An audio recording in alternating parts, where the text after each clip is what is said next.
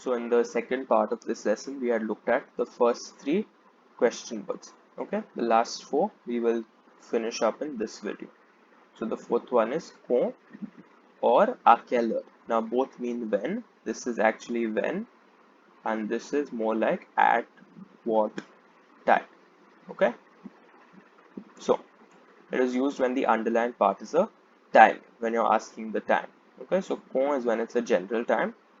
À quelle heure is when it is a specific time, when you're given the timing of the hour. Okay, 5 o'clock, 7:30, when you're given things like that, it is better to say à quelle heure rather than quand.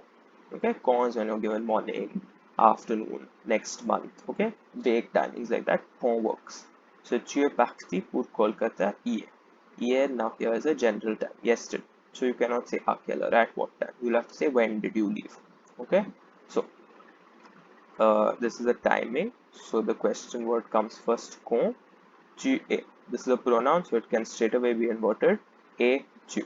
Dash in between. Rest of the sentence as it is question mark. Amanda vient à 6 heures du soir. 6 heures du soir is 6 o'clock in the evening, which is a specific timing.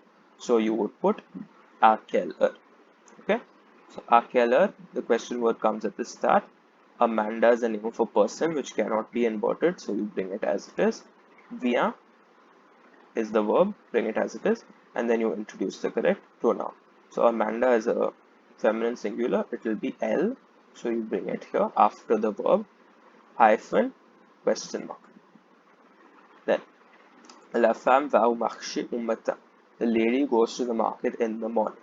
So au matin is a general timing, okay? You cannot say at what time, you have to say when. So question word first, quand. Now la femme is a person, so you cannot invert that.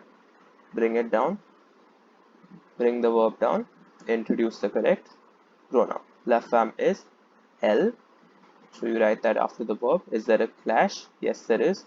Put an extra T and then the rest of the sentence. Quand la femme va-t-elle au marché? So this is how you use quand or à quelle heure. Quand is when you have a general timing. À quelle heure is for a specific timing. The next one, the fifth one is où, which is where. Okay, here I want to draw your attention to this accent on top. It may look small, but makes a world of difference because où without the accent is or. Okay, do you want tea or coffee? That is où without the accent.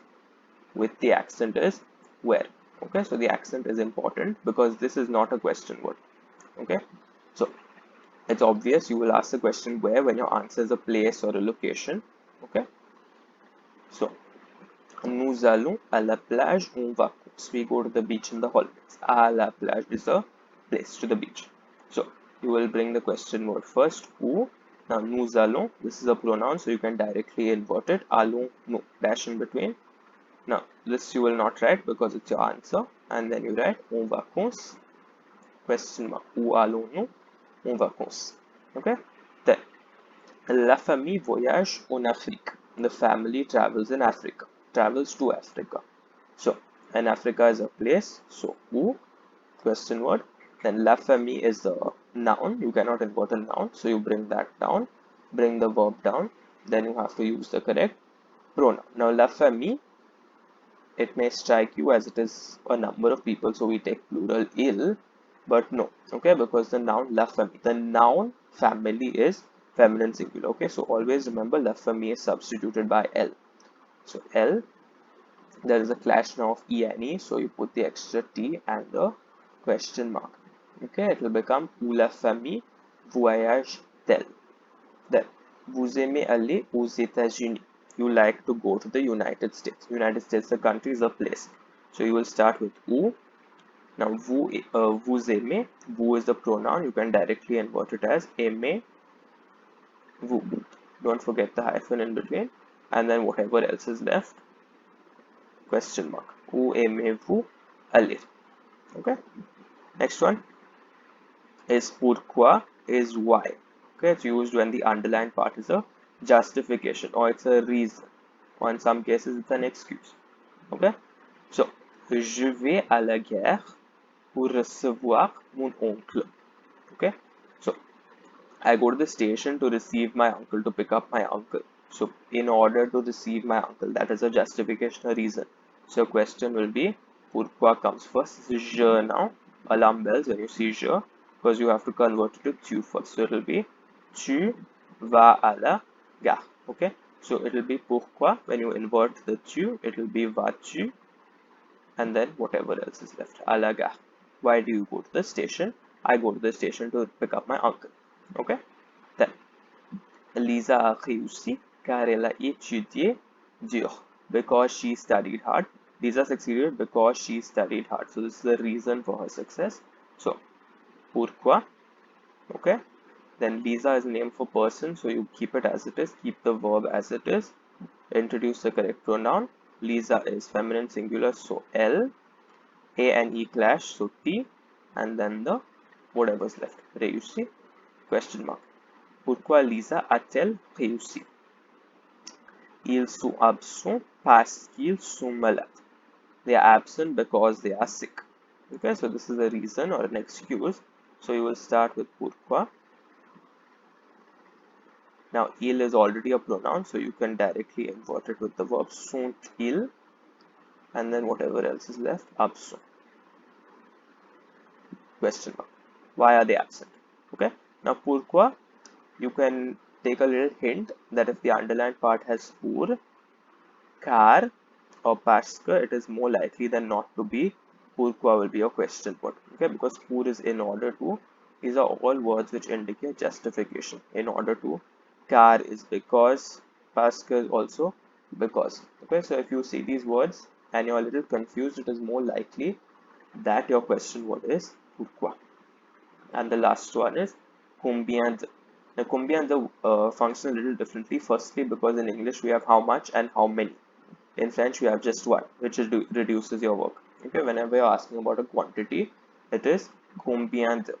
Okay, whether you're talking about quantity or number, it doesn't matter. The question word is the same. It's combien de. Now, combien de works a little differently in that you need to put immediately after combien de how much what. Okay, whatever you're talking about, the noun, how much fish, how many apples. Okay, things like that. You will have to put it immediately after the combien de, and then you carry on with the rest of the sentence. Okay, so it is used when the underlined part is either a number or a quantity. So l'homme vend d'un kilo de poisson. The man is selling 1 kilo of fish. So 1 kilo is underlined here, which is a quantity. So you start with combien de. After combien de, write how much what. Okay, so how much fish. So you have to write that. So combien de poisson, and then you come back to the start of the sentence. Now l'homme is a person. Keep it. Vend. Keep it. Okay, which is a verb to sell, and then you put in the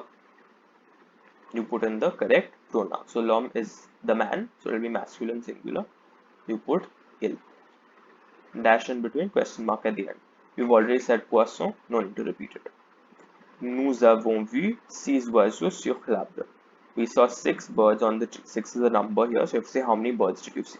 Okay, so combien d'oiseaux. So combien de is your question word here. How many what? Birds. So you have to say oiseau. Remember, de in front of a vowel becomes the apostrophe. Okay, so combien d'oiseaux. Then you come back to the start of the sentence.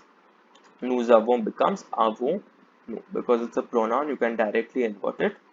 Then you write the rest of the sentence. Don't write C, that's your answer. Don't write oiseau, you've already written it. Vu sur l'arbre. Question mark. Combien d'oiseaux avons-nous vu sur l'arbre? How many birds did we see on the tree? Okay. Sheena a mangé 2 pommes. Sheena ate 2 apples.